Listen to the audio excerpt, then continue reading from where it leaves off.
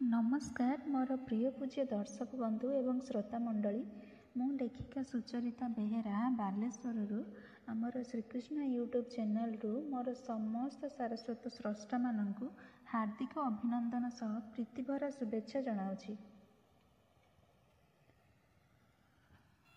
माँ शब्दर अर्थ माँर अर्थ माटी, आर अर्थ आकाश एवं बापा शब्दर अर्थ हेउची बार अर्थ वायु, पार अर्थ पानी। मनुष्य शरीर पंचभूतरे गठित होइछि। सेही पंचभूतर सम्मिश्रण रे समग्र जगत मध्य गठन करा जाइछि। सेगुड़िक हेउछि माटी, आकाश, जल, वायु एवं अग्नि। पितामाता हेउछन्ति जन्मदाता एवं पालनकर्ता। स्वयं भगवान हेउछन्ति समग्र जगतर स्रष्टा।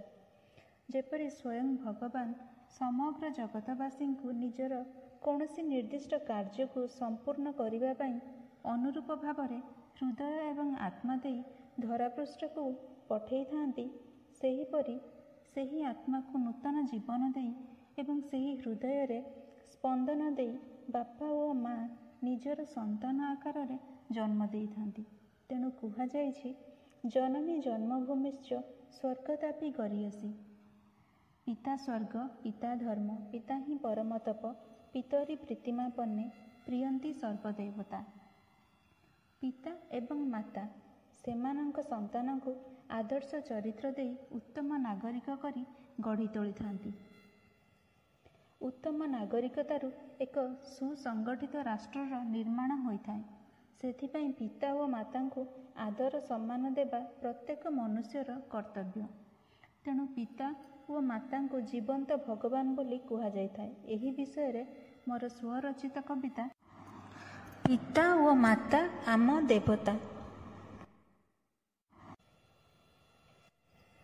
असीम स्नेह और आबिलता सह हृदय स्पंदन दे बापा माँ आम जीवंत ठाकुर, जीवने महान सेही। दिव्य चिंतन रे उत्तम चरित्र, जातीय चेतना भरी विकसित पथे मार्गदर्शन रे उज्ज्वल दृष्टांत करी प्राणबिंदु परी साइती रखती स्नेह ममता और जतन करी शिक्षा और श्रृंखला ज्ञानर विकास जीवने गौरव समृद्धि भरी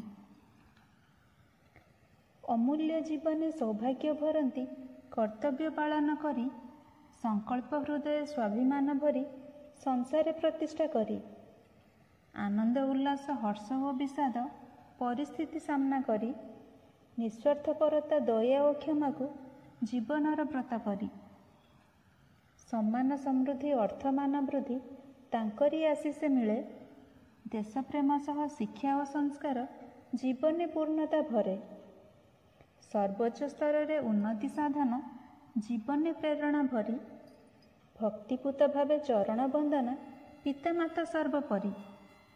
भक्तिपूत भावे चरण वंदना पितामाता सर्वोपरि।